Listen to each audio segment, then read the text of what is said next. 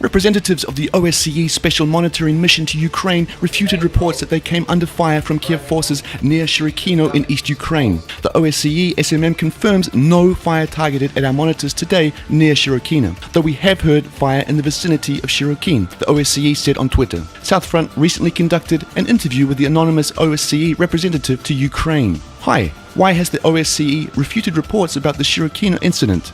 Stupid pro-Kiev troops. I've told them several times, you mustn't shoot while we're monitoring you. But they shoot anyway, and shoot and shoot. Do you mean that the Kiev military has fired at you? Fire not fire, Shirokino or near Shirokino. What's the difference if we can't blame someone instead of the rebels? Thank you. Would you like to say a few words to our subscribers? Idiots from Kiev's military, stop blind shelling. I'm tired of posting nonsense on Twitter. Ukraine's army is one of the 5 strongest in Europe thanks to a battlefield experience brought on by the start of Russia's war a year ago. That is the assessment that President Petro Poroshenko shared during a meeting with commanders of the Ukrainian military in Kiev on March 23rd. Success stories of Ukraine's military around Izvarino, Yovoysk and Debaltsevo easily prove this fact. On account of Poroshenko's statement, the top 5 strongest armies in Europe are British military forces, French military forces, German military forces, mercenary battalions of Ukrainian oligarchs, and the military forces of the Ukraine. The Russian Emergencies Ministry convoy with humanitarian aid for Donbass has arrived at the state border. The convoy is divided into 2 parts. One arrived at Matyev-Kurgan checkpoint, while the other at the Donetsk checkpoint, where the customs and border checks has already started.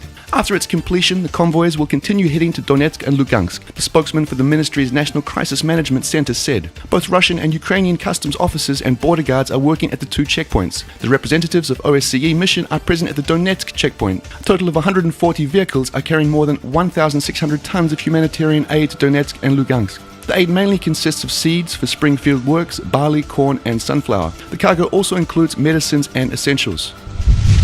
Oil settled up about 3% on Wednesday as a weak dollar, fighting in Yemen and speculative buying boosted crude prices despite record high US inventories. Benchmark Brent oil for May delivery edged up 3.17% at $58.27 per barrel. US crude, also known as West Texas Intermediate or WTI, finished up 3.82% at $51.09 a barrel. A widening Yemen conflict could pose risks for global oil supplies, and Brent crude prices shot up nearly 6% soon after Saudi airstrikes began. The sad fate of the US. First you support terrorists for your own interest, then the war against terrorism becomes your own problem. Oh no.